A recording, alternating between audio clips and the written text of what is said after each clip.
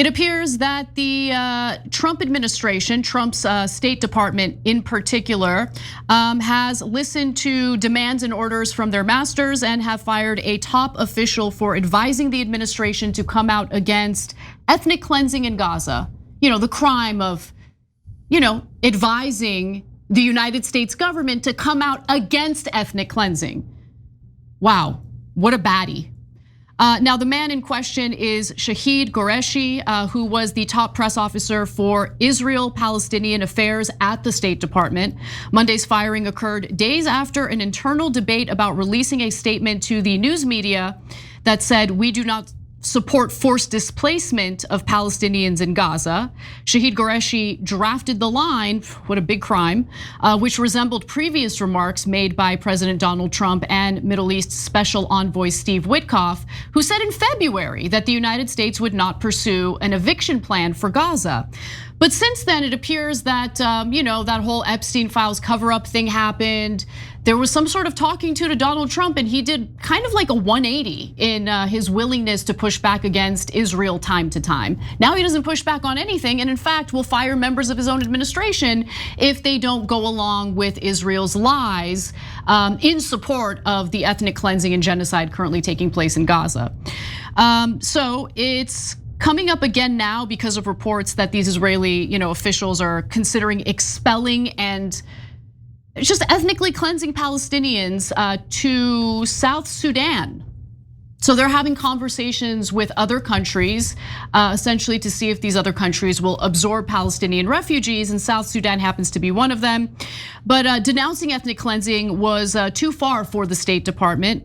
And so as a result, the State Department vetoed the move, instructing officials to cut the line marked in red and clear, according to a memo dated last week. And this isn't the first dispute of this kind in recent weeks. So another occurred earlier this month after Israel killed Al Jazeera journalist Anas al-Sharif and several other journalists in Gaza City, for that matter. As officials contemplated how the State Department should address the incident, Qureshi recommended including a line that said, "We mourn the loss of journalists and express condolences to their families."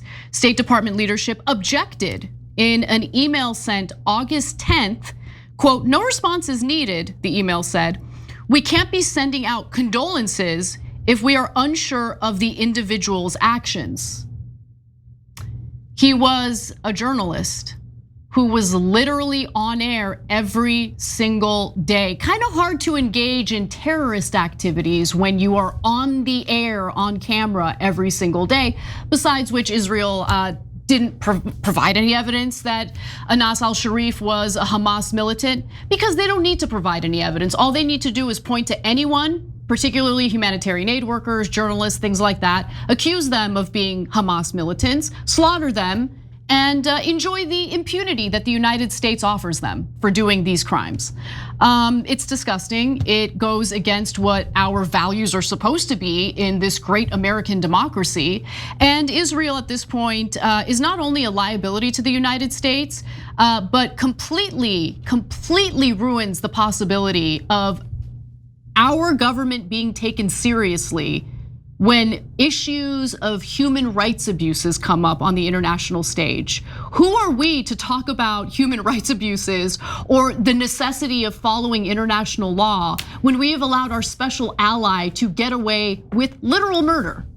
Cenk, back to you. Yeah, so there's people who basically work for Israel all over our government, and they make these decisions in a way that is not really authorized, even within the Trump administration.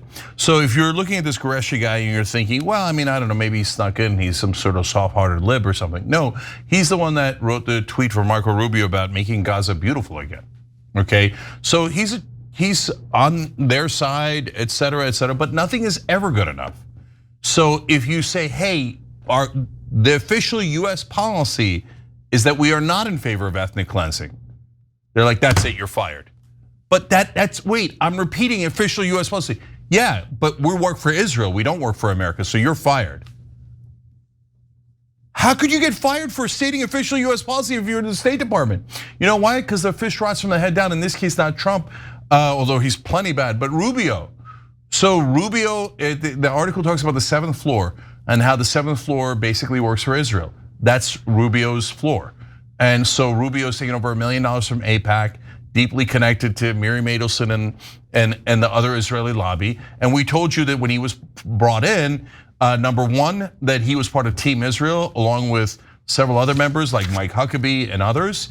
And that is why the Senate voted overwhelmingly yes on Marco Rubio. They're like, oh, the others, we have issues. Tulsi Gabbard, others, we will look into. They're like, oh, Rubio, he works for Israel. He's in right away.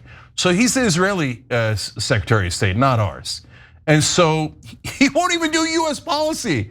He's like, no, I'm going to do Israeli policy instead of US. It's unbelievable. All right, so there's a guy inside there who is going around firing people and changing the language in favor of Israel. Within the State Department, his name is David Milstein. And so Milstein is one of the guys who got Qureshi fired. He's so nuts, he tried to put in an official statement that not to call the West Bank and Gaza Strip by their real names, but call them Judea and Samaria. Judea and Samaria are like the names that Israel uses for greater Israel, meaning we're gonna wipe out the Palestinians and literally steal that land for ourselves. They say it out loud, yeah. Yeah, and he's like, yeah, that should be official US policy. Complete and utter ethnic cleansing, genocide, maybe even a Holocaust to steal that land, and we should call it by the same name. Saying Judea and Samaria is the equivalent of saying from the river to the sea, okay? So, you wanna know who David Milstein is? He is the son-in-law of Mark Levin. So Mark Levin gets some sort of honorary title. He gets to put in son-in-law in the State Department. And of course, there's one other character, you're not gonna be surprised, who called for Qureshi's firing, Laura Loomer. So they're Israeli, I mean, technically I don't know if they're agents, assets, or they're just doing it voluntarily. But let's put it this way, Israel firsters like Laura Loomer, Mark Levin, his son-in-law, Marco Rubio, and by the way, almost all of Congress who's gotten paid by AIPAC and other Israeli lobbies, and they don't work for our government at all. They often defy our own government to serve Israel instead.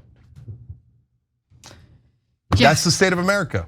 So look, the one upside of all that is that we now know how it feels to be a Palestinian. You're now occupied. I can't wait for Israel to start controlling our caloric intake. And telling us well, they already tell us what we can and can't do and what we can and can't say.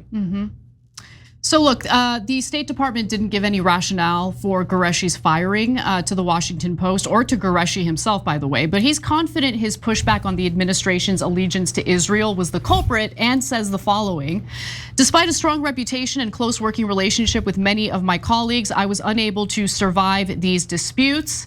And he was subject to an attack from none other than that lunatic known as Laura Loomer, who called him a pro-Iranian regime jihadi Muslim tied to NIAC. Well, of course she did. She calls everybody that. Okay, referring to the National Iranian American Council, which backed the 2015 nuclear deal with Iran, which prevented Iran from building nuclear weapons. So why is that a bad thing exactly? Anyway, Qureshi said he interned at the NIAC back in 2013. She also called him a rabidly anti-Trump staffer who was operating as a pro-Iranian regime operative. Like, they just say there's a lunatic right now who has the president's ear.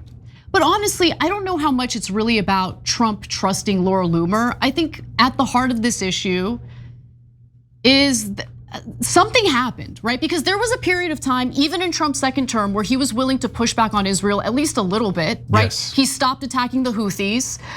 There was something else I'm forgetting at the moment. He did a peace deal, temporary hostage deal with Hamas. That's right. Cut out Israel from it. Cut out Israel, exactly. Cut out his Israel from the Houthis deal. And he made them turn around their jets when they were going to do a second wave of bombing of Iran. So 3 separate times he defied Israel. And that's where we gave him credit and we had a little bit of hope. Oh my God, is this a US president? That's actually a US president? For all the other things we disagree Trump on massively, we're like, okay, I haven't seen a US president stand up to Israel in my lifetime. And then Netanyahu came over, had a private talk with Trump. Yes. And from then on, He has been nothing but, yes, sir, of course, sir. Kill anyone you like, sir. Here's a check, sir. Yes, take Gaza, sir. Please destroy every Palestinian in Gaza, sir. I'm so sorry. Epstein files will never be released. There were no clients. Oh, okay. All right, well, I mean, look, they're super obvious. And Laura Loomer called this Qureshi guy pro-Iranian regime operative, right? No, the irony is it's always projection. There's a bunch of people who are pro-Israel regime operatives. Yeah, exactly. Like Laura Loomer and Mark Levin and tons of people inside our own government. You wanna know who the deep state is? It's people who are working for Israel instead of America. There, I just solved it for you. That's right. Every time you ring the bell below, an angel gets his wings. Totally not true, but it does keep you updated on our live shows.